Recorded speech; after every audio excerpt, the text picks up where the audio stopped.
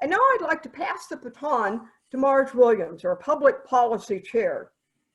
It is her steady leadership that brings a wealth of knowledge about getting out the vote and the importance of the getting out to vote. So I'm going to ask Marge to take over. Marge? Okay, I'm here. So, well, welcome everybody. And AAUW Public Policy has been working on a lot of things. We started working over the summer, kind of continued where we left off actually from the spring, but we did meet virtually and we talked about a lot of things. And one of the most important things happening right now and coming up is an election on November 3rd. So we want to talk a little bit about that tonight and share some important information about get out the vote. So I'm going to share my screen with you. Hang on just a minute here. We're going to try to do this. Let's see. Oh, somebody needs to enable me. Be able to share.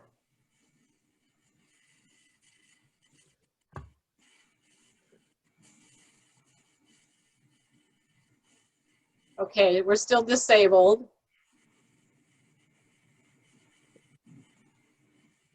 And Carol, when you go to screen share, it just says allow multiple users when you hover over that. So you can just simply click multiple users and Marge will be able to share. Okay, here we go. All right. So I want to share, I'm going to share this PowerPoint that I've created. And let's see if we can get it full screen here. We'll see how this all works. Okay, there we go. Okay, so we know we have a big election coming up. And I know our guests this evening are going to have some important information to share with us as well. But election 2020, so what's it all about? So AAUW has really promoted every voice, every vote. That's kind of their slogan. And what AAUW is committed to is recognizing the progression of voting rights for women over the past century. So we are commemorating, last month, we commemorated the 100th anniversary of the 19th Amendment and also the 55th anniversary of the Voting Rights Act. AAUW continues to focus on ensuring that every voice is heard and every vote is counted. So we want to make sure that we address that today in our discussion. You know me, I always have to have the public priorities connection here. And today's public policy priorities connection as it relates to voting is this. AAU recognizes, and this is direct from the public policy priorities document, they recognize an urgent need for meaningful campaign finance reform, open and fair elections, nonpartisan voter education efforts that will promote equitable political participation and representation in appointed and elected office. So you can totally see from that statement that AAUW is very committed to supporting all things important to get out the vote in 2020.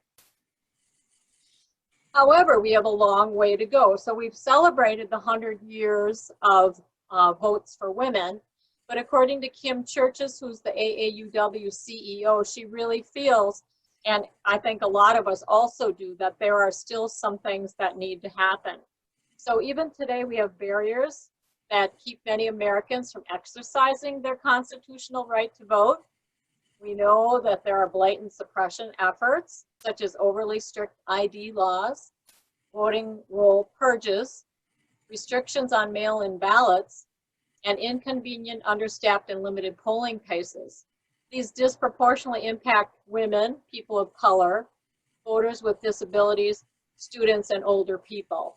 And we know, we hear about all of these things in the news and in the articles that we read, and it can be pretty overwhelming to recognize the fact that we may have trouble, or some people may have trouble getting to a poll to vote, getting their mail-in ballot sent in confidently, having what they need that is required by the ID laws. And what about if you're not even on the voting rolls because your name has been purged for some reason? So we do have a long way to go. So AAUW has some thoughts about how we can make things happen to kind of improve and keep things moving along in the right direction. And the first one is double down on our efforts to expand access to the polls, including enacting the John Lewis Voting Rights Act of 2020, which would enable more citizens to have their voices heard.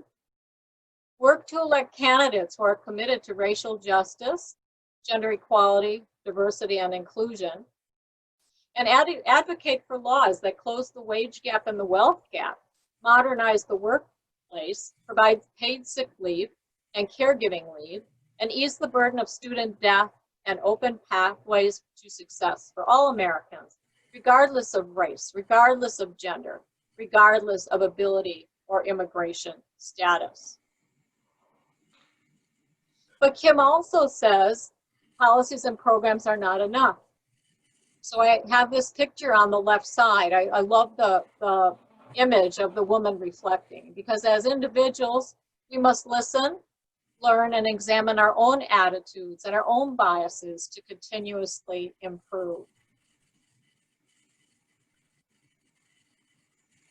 So I want to talk a little bit about logistics now. So are you ready to vote in the November 3rd election?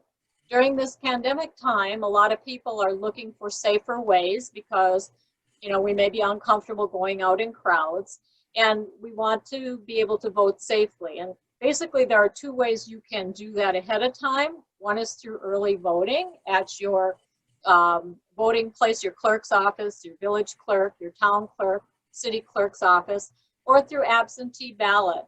And absentee ballot, you know, you can request, you can fill it out. And if you're not comfortable putting it in the mail, you can just drive it right over to your clerk's office and either put it in a deposit box. And in my little village of Wales, we just hand it over across the counter to the clerk and she puts it where it needs to go. So this is an important website. I don't know if you're all, you know, if you have seen this My Vote Wisconsin, but it's probably the most informative website that you could go to. There are several out there. League of Women Voters has Vote 411, which is another really good one. But I didn't want to overwhelm you with too much tonight, so I just really have this one slide up here. And if you go to myvote.gov, you can access all these things. So if you aren't registered to vote absentee, you can do that right online. In order to do that, if you haven't already done so, you may be asked to verify that you have a photo ID.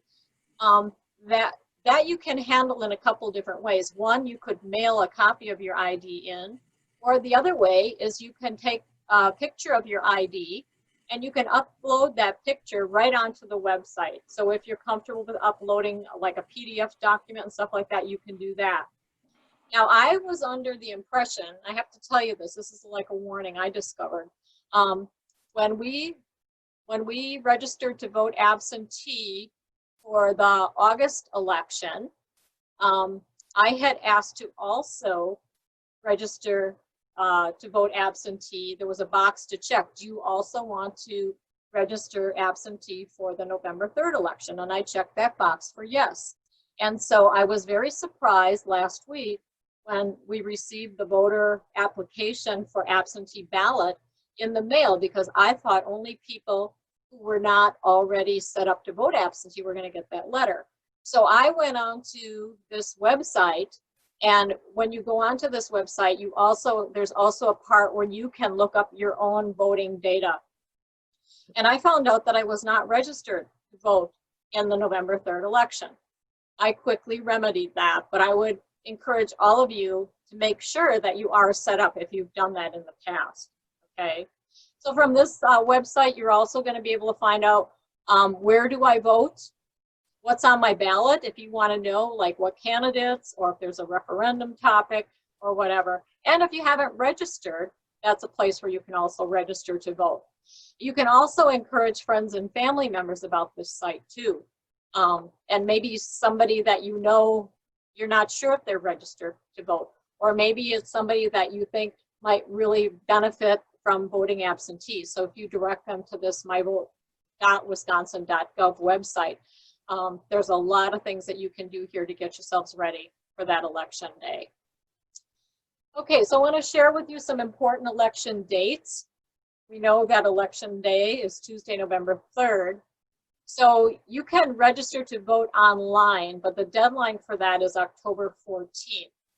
However, if you look down at the very bottom last point, you can also register and vote on election day in person. So if you want to do it online, your deadline is here, October 14th.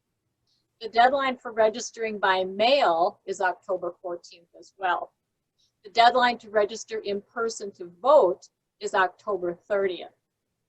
And the deadline to request a ballot by mail is October 29th. Now, I'm going to tell you right now, if you wait until October 29th to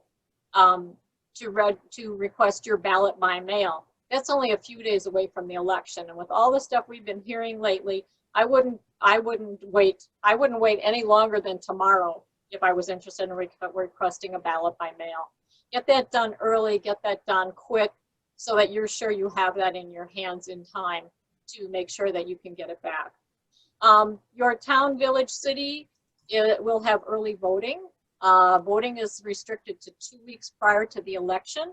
Interestingly enough, November 1st is on a Sunday. So that would mean that October 31st is on a Saturday. So those are 2 days that are not really available to vote. So in reality, it's less than 2 weeks that you have available to vote. So you need to check, double check for sure. I don't know if any polling places will have early voting on that weekend. I know my community does not. And you also can check the hours for early voting based on where you live. Each clerk's basically jurisdiction sets up their own. Okay, so the last thing that I want to talk about is just the importance of making sure everybody around you also recognizes the importance of getting out to vote. So check in with your friends, check in with your family. You know, interestingly enough, I was shocked when I learned this. This is from a site called Rock the Vote. And I learned that only 56% of voting age Americans went to the polls in 2016. That's just a little more than half. So don't be afraid to ask your friends and family, hey, what time are you going to the polls and how are you getting there?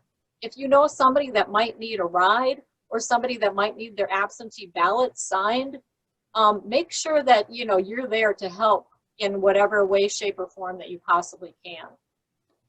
I thought this was interesting too from that site. If you promise to ask a friend if they voted, they'll be twice as likely to hit the polls. So we're going to hold them accountable. So maybe some of our younger kids or younger kids' friends, hey, we want to ask them, are you going to vote?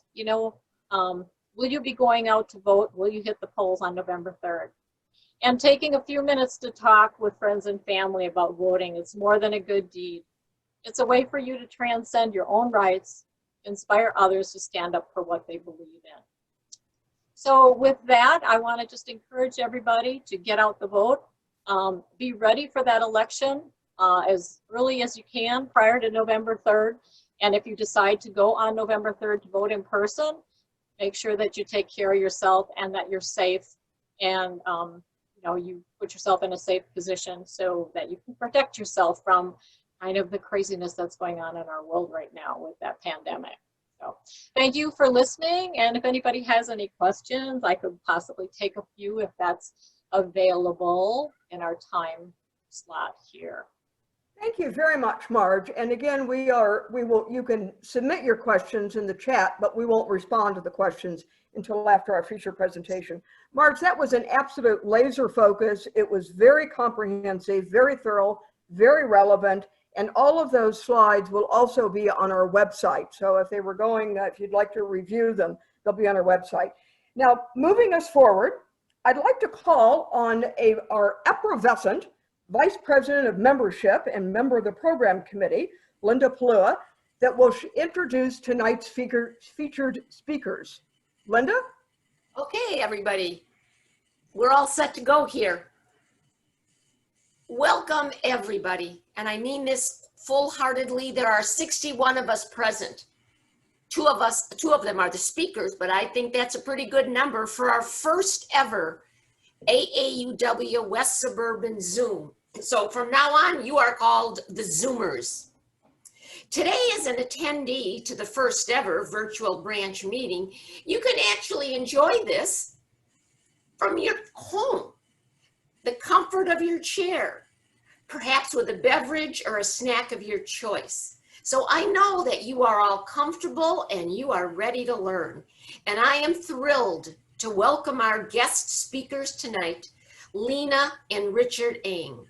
Lena is an AAUW West Suburban Branch member and the executive director of Voters First Wisconsin.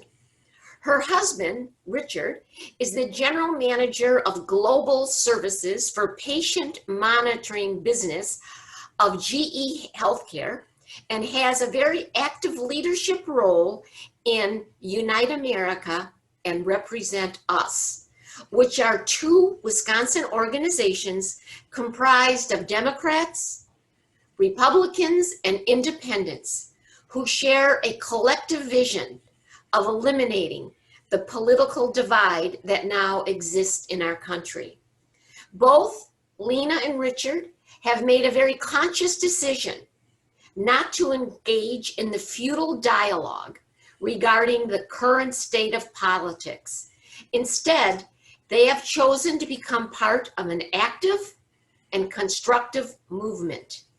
They came to the realization that there are indeed independent Democrats, Republicans, and everyone in between that can and should work together to bridge the political division we see daily. And we see it daily on our television screens. We see it in our electronic media, and we also hear it in our everyday conversation.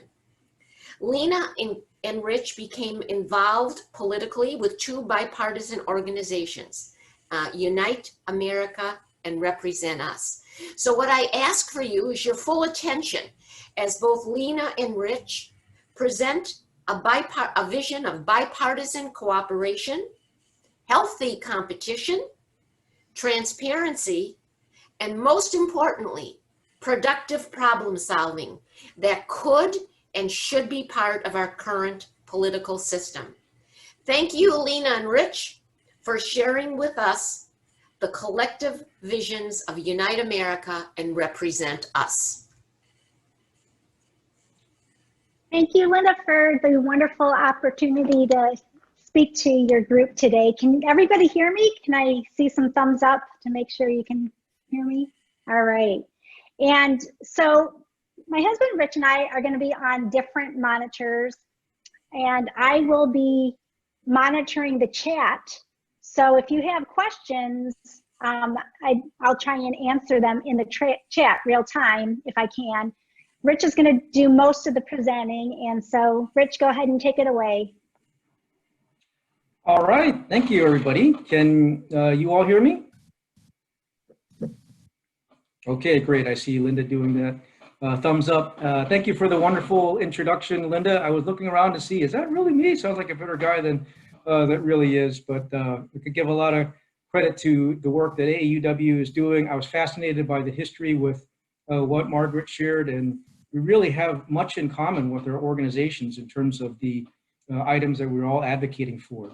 Hopefully we can continue to work together to see how we can collectively attempt to fix the broken political system. That is our topic tonight. So as we move forward here, I'd like to take a little poll and just kind of see where we're all at on the political spectrum. So I'm not sure if we were able to get a poll up, but if whoever is moderating, oh, there we go. I see the poll there. So if people can take a few seconds to lean that, we'll have the results and then we'll move forward. All right, lots of votes coming in. And while you guys are voting, I am super impressed that you have like over 60 people here in your attendance. That is wonderful, and I think a testament to your guys' commitment and dedication as an organization to make a difference here. All right, I see the polls are coming in. 80% participation rate. It's wonderful. Continues to climb. All right. So I look at the results, and I believe everybody can see them. We have 31% of us are very progressive, 50% lean to the left, and then 10% on the center. Okay, so most of us here on the Zoom are kind of center to the left of center is where we lean mostly. All right, that's wonderful. So the reason we ask is because your group is committed to bipartisanship, and our organizations are are committed to that as well. And yeah, I have to confess that Lena and I were not really involved and didn't care much about politics at all for over 50 years of our lives. As you heard in the introduction, it wasn't until after 2016, 2017 timeframe that we started to get a little bit more serious about things when we saw just how broken the political system was. And I was reminded by something from my dear old dad before he passed away, something he had taught me for many years growing up. And I caught myself complaining one day about the political system, and then his voice kind of just haunted me and came back and said, "Son, you need to stop complaining about the problem and be part of the solution." So, I kind of just sheepishly looked up and said, "Dad, you're still teaching me even after all these years you've been gone, and you're right." So I decided to put up and shut up and roll up my sleeves and start doing something. And that's how Lena and I got involved with Represent Us and Unite America and Voters First to start to make a difference. So that's us in front of the Capitol in Madison. We have 3 grown-up kids, although due to coronavirus, they're back living with us. So not only are we empty nesters, but we're also members of the boomerang generation of parents. And then we have our little fur child here, Tara, who is an 8-year-old cockapoo. We're trying to figure out how to get her politically involved, but she really would prefer just to chew on her bones. But that's a little bit about our family. Look for today, we'd like to hope that you can experience 3 outcomes today. The first thing that we would like you to experience is what we want you to know, which is to understand the 3 key elements that can fix our broken political system. The next thing that we want you to experience, what we want you to feel, is we want you to feel this great sense of hope. This political system can be very depressing, but there's hope if we can find a way to break this cycle of hyperpartisanship and gridlock and actually move forward. And then what we want you to do is really 2 things. 1 collective action that we'll do in the last 10 minutes of our time together today, and then 1 individual action that maybe you can do after our evening together tonight. Now, recently, a couple years ago, there was a poll that was put out by the Rasmussen group that was trying to ask people, hey, what do you think about the likelihood of civil war in the next 5 years? And I think the number that came back in the response was shocking to many of us, including myself. And it was 31% of Americans thought that was either likely or highly likely that we would go to war against each other in the next 5 years. And that's just astounding when you look at who we are as a country and what we should have learned from our first Civil War. To have that many people feel this type of despair is pretty, I think pretty humbling, and something that we need to take seriously. And so when we look at the mission of what Represent Us and Unite America stand for, in order to avoid that civil war, really for Represent Us as an organization, 2 words describe their mission, and that is to end corruption. We want to end the corruption of the broken political system. And with Unite America, the 2 words that would best describe their mission is we want to elect uniters. So end corruption and elect uniters are really the 4 words that describe the synergistic mission of these organizations that we're involved in. And the purpose that drives us, that drives me, being the 3rd generation descended from immigrants, Lena's her parents immigrated from Taiwan directly, but our purpose goes right back to the Constitution. You know, I look at this incredible document, the greatest experiment at the time of a new way of governing, and it just really motivates us and drives us. I think the purpose of what we're all after is we want this more perfect union. We don't want to be fighting. We want to be united as Americans. And why? Well, it's not only for ourselves, it's also for our posterity. Many of you probably have children and grandchildren. We want to leave this country in a better situation for them than it was for us, than it was for our parents and grandparents growing up. And, you know, right now, if we don't take an active role in changing that, and that future of theirs could be at risk. This is why this purpose is so powerful for us. So a bit about the values that we share. Now, I'm not going to read all these, but a couple of values that I'd love you to hear about is country over party. Is a big phrase for us, right? We believe strongly that before there ever were Republicans and Democrats, there were only Americans. And so we should look to benefit all Americans in totality beyond just our political party. And the second one is we're all just common sense people trying to find common ground to solve common problems. That is the essence of what we have to get our representatives and politicians back to, is solving the problems, spending more time solving the problems and less time fighting each other in political brinksmanship. So what do we want to see happen, right? What is our vision that Lena and I and our organizations are both working for? Well, we kind of see it in a few ways. We're starting here in this time of hyper-partisanship and gridlock, probably the worst that it's been in modern times. But we're assembling this group of people, right? The common sense people who campaign for common sense politics. And we're trying to achieve three aims over the long term here. We want to get good candidates who can provide good governance that ultimately lead to a good society. And those good candidates help us fix the system. And as they govern better, they'll solve our biggest problems. And together as a society, as a people, we will move Wisconsin forward and we will reunite the United States of America. That is the vision of what we're after. And, we're here right now. We're still in the early stages of trying to get things going. We're looking for good candidates, principled people, regardless of whether what party they're with. They just need to be principled and committed to fix the system. And we understand that, look, this is a long game. We are not going to achieve something in 1 year. That's something that we've had to remind the younger generation that's part of our group, that it doesn't happen overnight. We have to be prepared for multiple election cycles. But we do think this is winnable. And, like most things worth fighting for, they take time, but with perseverance, we will ultimately attain the victory for the American people.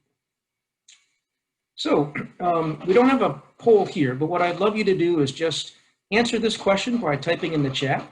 And that question is, what do you think are factors that prevent us from achieving this vision of a reunited States of America? So go ahead and just, it could be anything. There's no right or wrong answer, just whatever comes to mind. And just take a minute to go type that, and we'll see what Lena can probably read.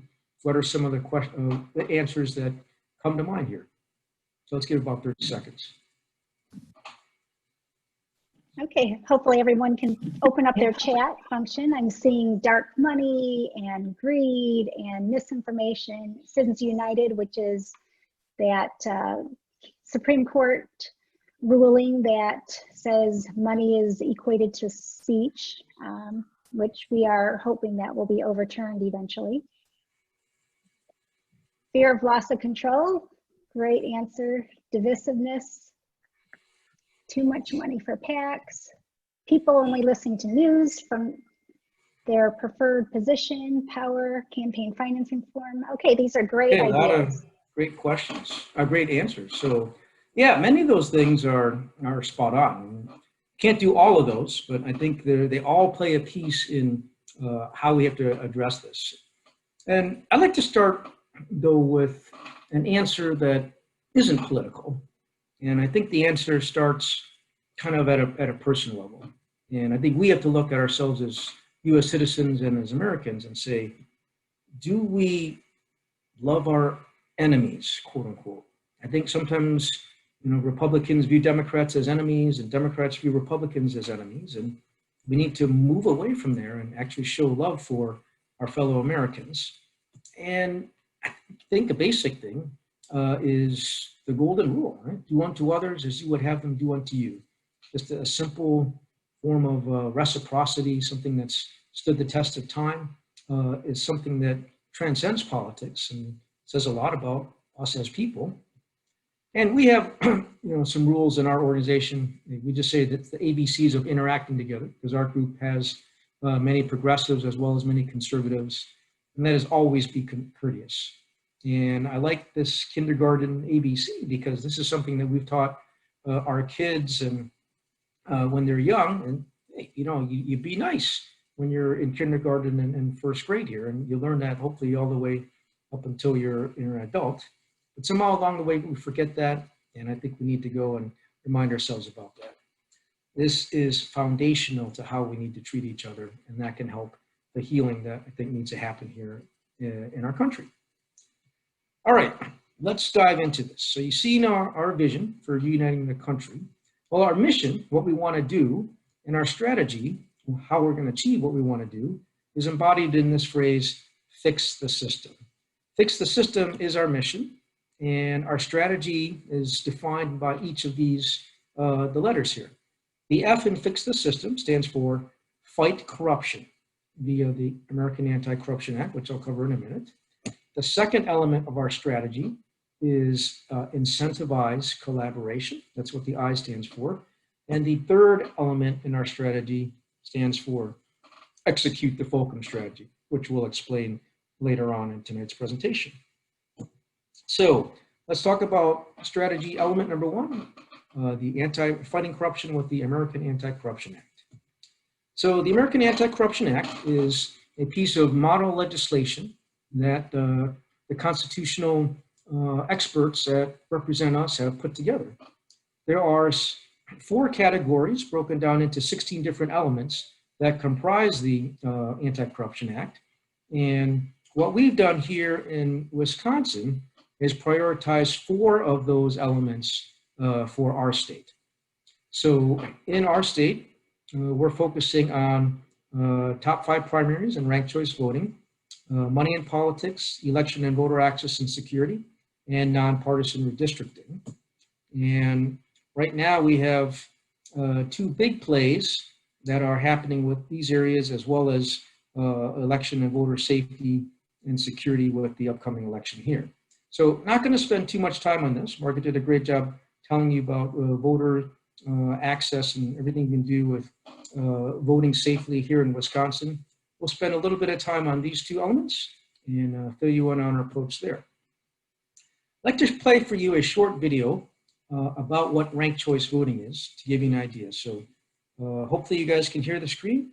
Let me go ahead and play this for you. Washington is broken. Over the years, it's the only political statement Americans agree on. Worse yet, we've come to accept it as fact. Newsflash, Washington is not broken. It's doing what it's designed to do. It's polarized, it's gridlocked, it's lost. The solution to revitalizing our democracy by reinstating healthy competition and ensuring accountability of elected officials lies in a combination of top 5 primaries and ranked choice voting. This system of top 5 primaries and ranked choice voting yields several benefits. For starters, it reduces partisanship. Candidates must appeal to the majority of voters in order to be elected. Ranking candidates in order of preference gives people the opportunity to vote for their favorite candidate without fear of helping their least favorite candidate get elected or feeling pressured to vote for the lesser of 2 evils. It's been shown to reward candidates who run more positive campaigns rather than ones who malign other candidates, because it's important to be people's second, third, and fourth choices too. Here's how it works. With top 5 primaries, all candidates are listed on the same primary ballot. The top 5 vote getters, regardless of their partisan affiliations, advance to the general election. The general election is where ranked choice voting comes into play. The 5 candidates who won the primary election are listed on a general election ballot. Voters can then rank each of those 5 candidates in order of preference. The candidate who achieves the majority of votes, over 50%, is the winner. Unlike our current system where candidates can win the election without having the majority of the votes, if no one gets a majority, the candidate with the fewest votes is eliminated. Voters who selected that candidate as their first choice now have their second choice counted. This process of elimination and counting the next best candidate continues until one person achieves more than 50% of the total votes, resulting in the candidate with the broadest appeal winning the election. With top 5 primaries and ranked choice voting, every vote counts and every voice is heard. All right, so that was a little bit of an overview on ranked choice voting, and we think that will be a huge lever to be able to help fix our broken political system. We actually have bipartisan sponsorship for this right now, both in the Senate and in the Assembly, and the plan is to introduce this legislation for debate in the upcoming session post the November election, so sometime in the first half of next year, and just get it around and socialize to see how far we can go. It'd be wonderful if it could pass in 2021. Realistically, it might take another year of thinking about it, but at least there's bipartisanship push, and we're working with our representatives to see if we can gain more support for it. All right, the other topic on fighting corruption that we wanted to share with you about is gerrymandering. It seems like you may be familiar with gerrymandering, given some of the mission and aspects that you've been working on with AAUW here. But just real quickly, when you look at gerrymandering, you have a population of people. Let's say we have 60% who are, say, on Team Yellow and 40% who are Team Green. Well, you would expect that if we proportion this right, you should win, 3 districts for yellow and 2 districts for green if we're going to split this into 5 proportionate districts. But gerrymandering comes when you obtain deliberately, by nefarious means, a disproportionate outcome. So by using techniques called cracking and packing, you can actually flip this such that, well, green wins 3 districts, even though they had only 40% of the people, and yellow only wins 2 districts, even when they have 60. That is what gerrymandering is, and it results in disproportionate representation. And why is that bad? Well, there's multiple reasons, but a couple of the biggest reasons are it just leads to more and more extreme hyperpartisanship. And I don't know if you follow state politics, but we entered our gerrymandered maps kind of in the 2011 timeframe, and we are one of the worst gerrymandered states in the country. We have grown more partisan in our state government when we used to be much better at working together, and this is causing more abuse of powers by leaders. Now, we don't want to blame any particular leaders here. We think there's enough blame to go around, but this is kind of endemic in the system of what the system is driving. That's why we want to fix this system. Gerrymandering also causes inefficient governance as well as wasteful spending. We spent almost $5 million in legal fees over the last 10 years just to fight these maps, and it's very unproductive. But the good news is that many Wisconsinites are tired of this fighting, they're tired of these games, and one of our strategies has been, together with our allies, to go county by county and work with the counties to either pass resolutions or referendums. These are non-binding referendums, but still, they show that voters care, and they send a message to our state representatives that, hey, the gerrymandering has to stop. All referendums that have been put to the ballot in every one of these counties have passed by 70% plus margins, which shows there's bipartisan support for this. We had 9 big wins in April that added to the 17, or took us to 17 here. And we have 11 more counties on the ballot for November 3rd. So we'll be working hard to get more Wisconsinites to vote to fight gerrymandering in the November 3rd election. So that is part of our work here, along with ranked choice voting, is to fight gerrymandering and fight for fair redistricting that will help play a role in fixing the broken political system. All right, moving on to strategy element number 2. It is the I, which is incentivize collaboration. And when we look at collaboration, the term collaboration, the root means to be together, and then labor is, of course, work. And I think that's kind of the last thing that we see, especially our Congress doing today, is they are not working and they're not doing it together, right? So if we could help them and fix that system such that they could work and could work together, we think that would be great. And some ways that we think that they can do that is, you guys can change the rules by which each of your respective chambers operates by. So some of the things that we would advocate for are, hey, look, let's encourage our politicians to join bipartisan caucuses. There is the Problem Solvers Caucus here in Wisconsin. We're very proud of the work of Millennium Action Project in setting that up. And then there is a caucus at the federal level that's also by partisanship. I'm sorry, that's sponsored by No Labels, which is the Problem Solvers Caucus. The Wisconsin one is called Futures Caucus. I stand corrected. But by working together deliberately, that can help bring more collaboration. And number 2 is just change the rules of the chamber to encourage richer debate. Don't just have a discussion when the majority of the majority party wants to discuss it. If the majority of the chamber wants to discuss it, we think you should discuss it. And we think you should allow each member at least one issue to raise every year. You give them at least just one, and everybody will thoughtfully reflect on what they can bring to bring serious discussion and debate to the issue. I think another thing that will help in incentivizing collaboration is decentralizing the power from party leadership. Right now, party leadership exerts enormous power over their members. They control committee appointments, they control committee chairs, and they control the flow of campaign funding. If we could find a way to decentralize that and spread that around per kind of what I've written here, that would help facilitate better collaboration. So those are some things they could do within the chamber rules, but even beyond chamber rules, there's other things that we can do as a society to help drive better collaboration.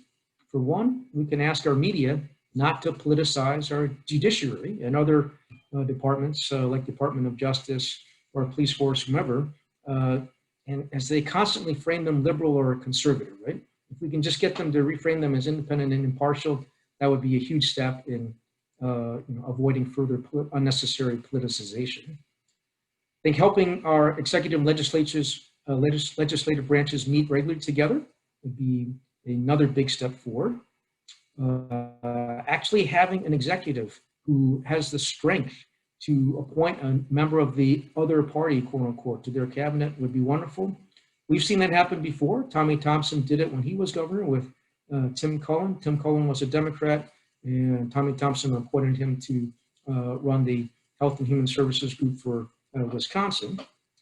Another thing would be, hey, let's go back to a time when Congress was able to actually live in DC during the time when they were in session, and they had their kids and their families there.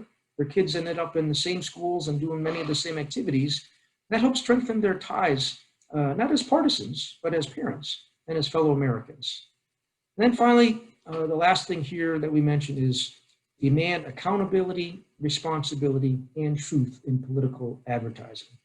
It is just so blatant how one can lie in a political advertisement. I mean, outright blatant lies in political advertising today. And we say it's all in the name of the First Amendment. And yes, we want to respect the First Amendment. But if even companies have to have certain ethical guidelines on marketing our products, like GE Healthcare where I work, we cannot lie about what our products can do. We can't make false claims. And if that was a standard that we could have invoke with our political candidates, I think that would go a long way in incentivizing collaboration as well. All right, the last element of our strategy here, the X in Fix the System, stands for Execute the Fulcrum Strategy. So what is the Fulcrum Strategy? Well, got another little video for you to watch, so it nicely explains in a few minutes what the Fulcrum strategy is. Here we go.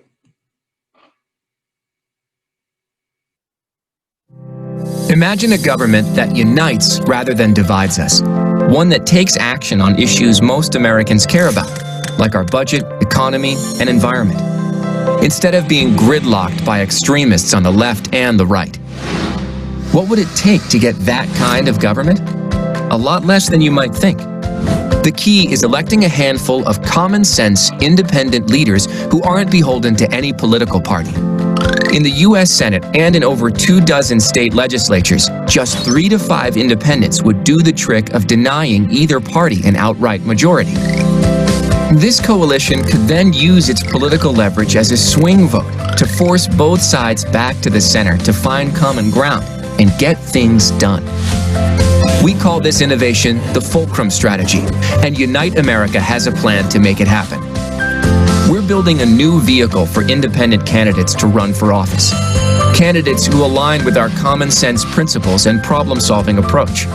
And we're building a new home for the more than 60% of voters who are dissatisfied with Democrats and Republicans and want a new voice that speaks for them. Together, Unite America's voters, candidates, and Fulcrum strategy can transform politics as usual. Not as a traditional third party, but as America's first un-party. Be a founder. Make an impact. Join us today.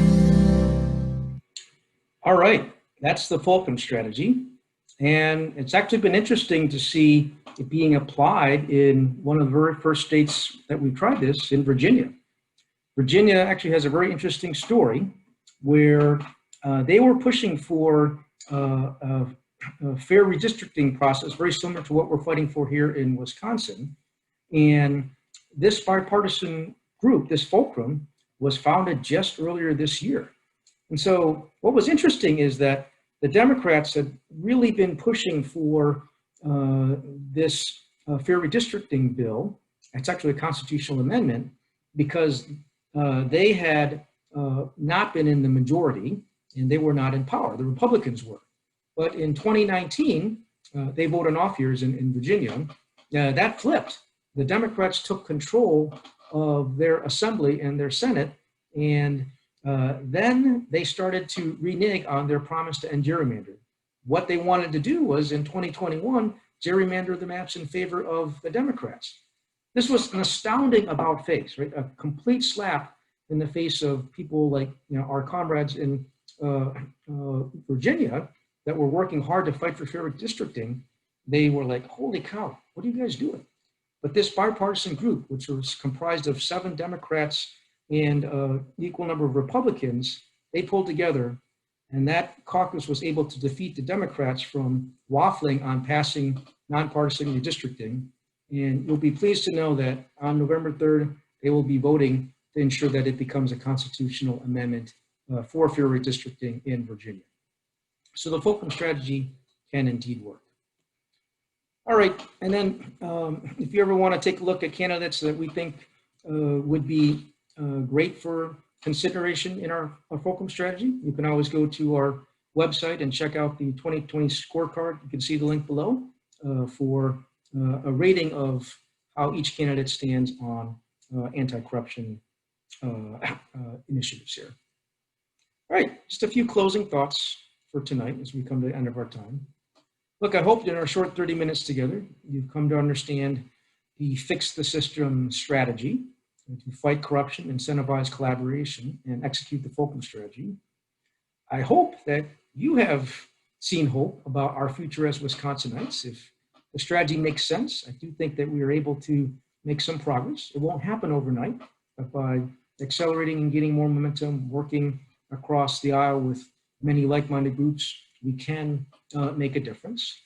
And so what I'd like to do now is move us to what we want to do, and that is to take that one collective action tonight. And that one collective action is, I'd like us to watch this 9-minute video together, which is a YouTube video which kind of sums up everything that I've spoken about tonight.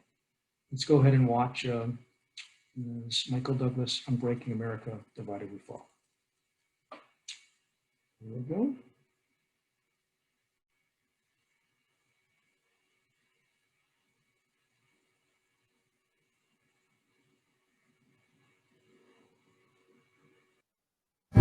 America's political system has been hijacked to ensure those with power keep it. If you look at American politics and think everything is fine, this video is not for you.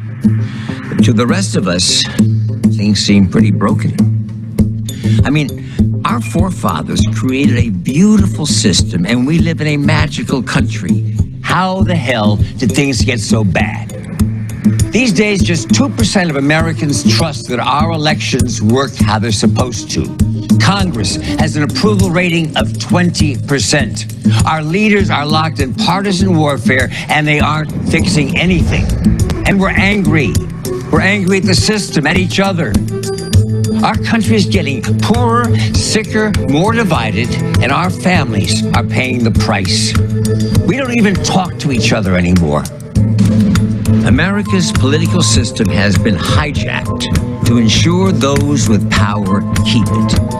And for the rest of us, well, it's not so good. I'm going to show you exactly how today's political system is creating the problem, exactly how we fix it, and how the solution ultimately depends on you. This Venn diagram shows the relationship between an elected official doing what the people want and their likelihood of getting reelected. Ideally, they'd serve the people and have a high likelihood of reelection. But a recent Harvard Business School report by Professor Michael Porter and Catherine Gale showed that the relationship looks more like this. They found virtually no correlation between serving the will of the people and getting reelected. In other words, if our elected leaders do their jobs, they're more likely to lose their jobs. How is that possible? The report blames it on two privately held, gain-seeking organizations, America's two major political parties. In 2019, both major parties publicly threatened to blacklist candidates and contractors who veered from the party lines. They control the money, the debates, the primaries. They even draw their own voting districts. A full 61% of Americans want another option. But any third party or independent who runs is seen as a spoiler. So year after year, we choose between the lesser of two evils, Democrats, Republicans, Republicans, Democrats. In any other environment, a new competitor would swoop in to better serve their constituency. You hate your cable company? Here comes streaming. But the two parties have rigged the system to block competition. But it gets worse. In 86% of House races, we now know which party will win the general election before it even starts. That means all of the competition is in the primaries, where as few as 14% of voters participate. And primary voters tend to be more partisan than those who vote in the general election. So the most partisan candidates win the primary. They're virtually guaranteed to win the general, so you can guess what happens next. Over time, the parties move further and further apart. This graphic shows members of Congress who worked with the other party to pass a law in 1953. The gray lines represent their collaboration. The more lines you see, the more times they crossed party lines to pass a law. This is how it looked in 67, in 81. Look what happened in 1995, and by 2011, it represents where we are today. Hardliners are rewarded, collaboration is vilified. Congress is so gridlocked they can't even pass the most basic laws to improve the lives of everyday Americans. For the first time since the Great Depression, life expectancy in the U.S. is actually going down while it goes up in the rest of the world. We were once ranked top in the world for education. We've fallen to 27th. We can't afford life-saving prescriptions, and medical bills are forcing families into bankruptcy. Almost half of American families can't even afford basic necessities like rent and food. What I want to know is, how do we fix it?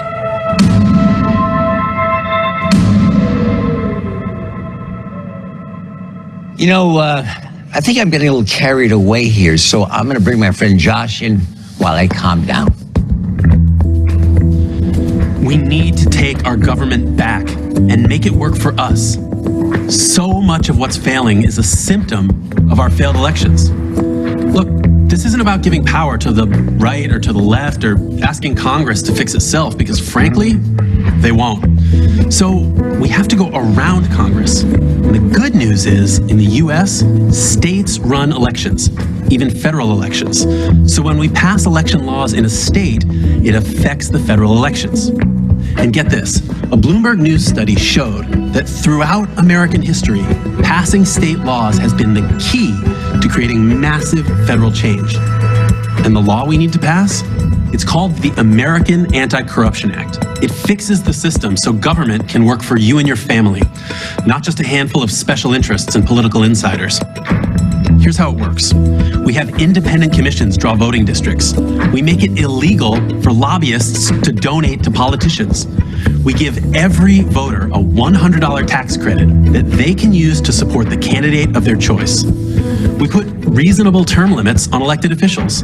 We implement ranked choice voting to allow independents and third parties to run without spoiling elections. And finally, we enact secure, automatic voter registration and vote from home ballots. So now you've got more people voting and it's easier to vote. This is common sense stuff. It creates a Congress that's more responsive to the people and can finally get stuff done. Look, we've pulled this law and it's incredibly popular across party lines. All we have to do is pass them in states across the country. How do we do that? Aha! Thank you, Josh. That brings us to this simple pie chart. It shows the percentage of a population required to create real and lasting change. Researchers looked at movements from all over the world and found that when 3.5% of a population actively engages in fighting for change, they win every single time. In America, 3.5% is 11 million people, and it needs to be conservatives, progressives, and independents together. America is roughly divided into thirds. That means no one group has the power to do it alone. And here's the best part. Millions are already involved in the movement, and together, they've already racked up more than 100 victories in cities and states across America. But we need millions more, and that's why I'm talking to you. Here's what I need you to do right now. Go to represent.us and sign up to be part of the next anti-corruption victory in your state. There are already people near you fighting, and they need your help. If that's not for you, then join the Commonwealth, a community of people giving whatever amount they can every month to support local anti-corruption campaigns. Every single dollar goes to the front lines of the fight, not to overhead or organizational expenses. All I'm asking is that everyone who watches this video needs to do something. That you do something. Because you can be damn sure if you do nothing, nothing is going to change. I'm here to tell you that your voice does matter. Join us.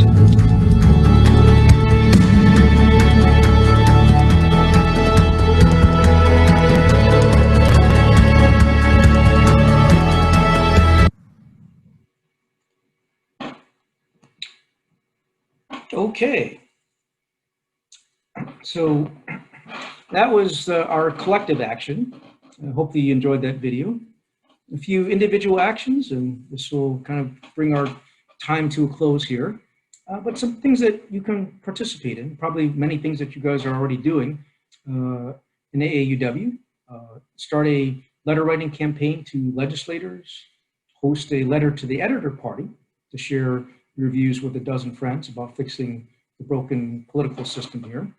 Network with friends and donors to convince them about those innovations that you care about. Maybe it's ranked choice voting, maybe it's gerrymandering, maybe it's voter access, but just engaging is important. And here's something big is refuse to engage in hyperpartisanship. I don't really do much social media, but the few times that I've been on, it is absolutely the opposite of our ABCs of our organization. It is completely uncourteous.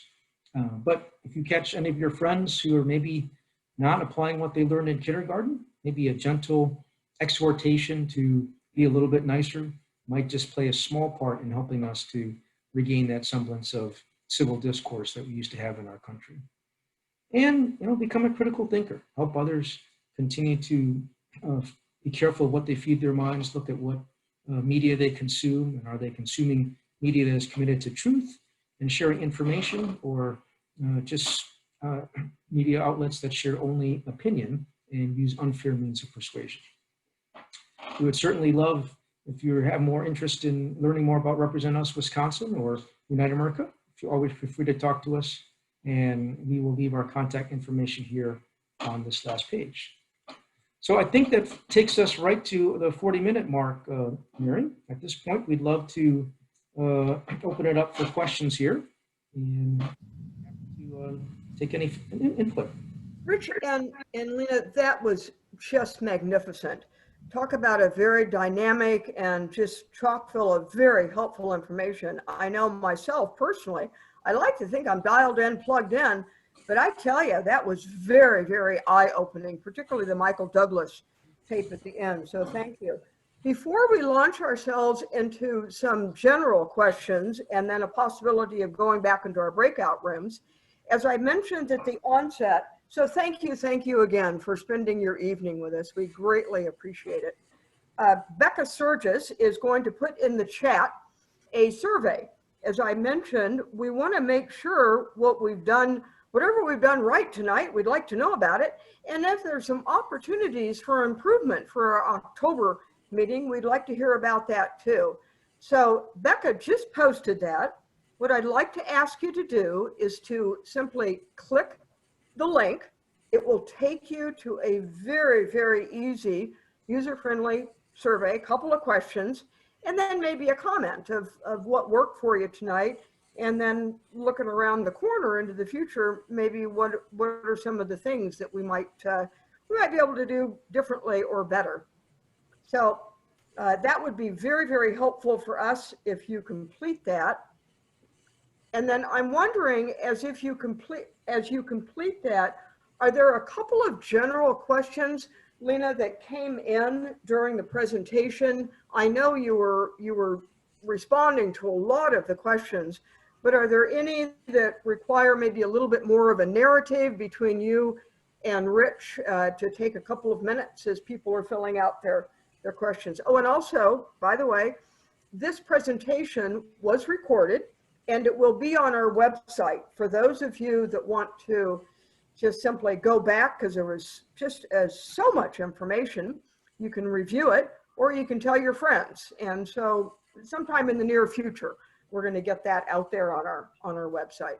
So are there any questions, Lena and Rich, that you want to share with us? And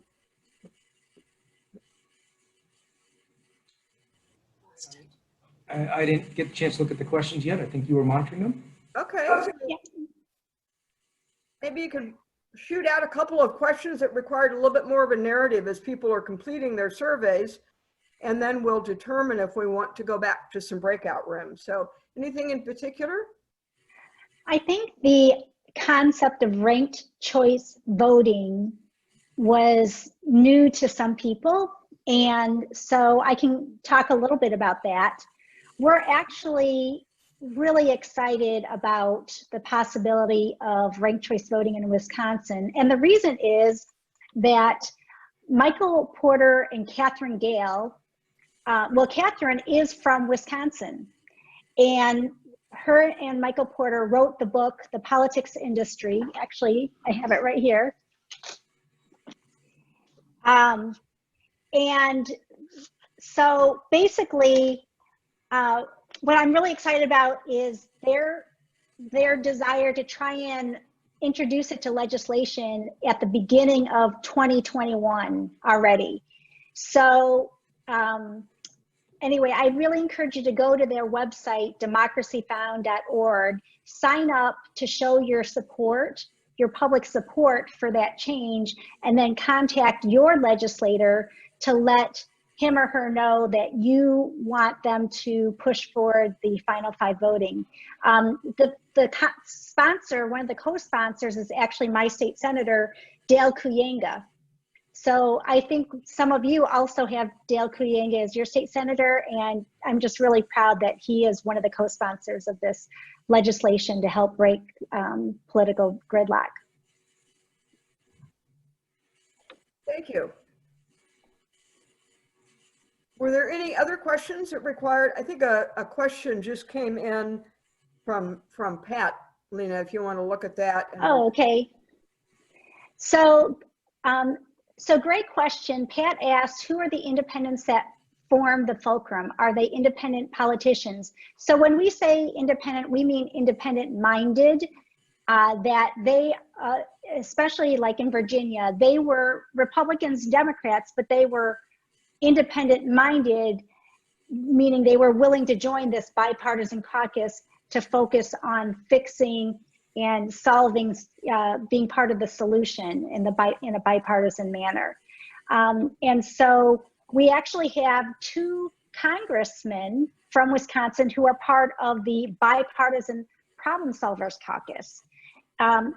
Congressman Mike Gallagher of the CD8 up in Green Bay, and Congressman Brian Stile from who took over Paul Ryan. He is also part of the problem solvers caucus. And so if we can just encourage more of our elected officials to join a bipartisan caucus, I think that'll go a long way into helping incentivize more collaboration. Yeah, just to add to that, what happened in Virginia, those 7 Democrats who stood against their party leadership, that took a lot of courage. So you really have to be independent-minded, because the party completely flipped. They had totally supported fighting gerrymandering the year before, and then once they had power, they completely changed. And these 7 Democrats were completely surprised and said, that's hypocritical. We can't be that way. So I applaud them for doing that. Thank you. Great question. Hopefully everyone has had enough time to complete the very super easy survey. So at this point, I see that we have still 56 people on our Zoom call. This was amazingly successful. Congratulations to each and every one of us for showing up, doing our things, figuring it out. For our first branch meeting, as you know, in quite some time. This was just a huge success, from the social hour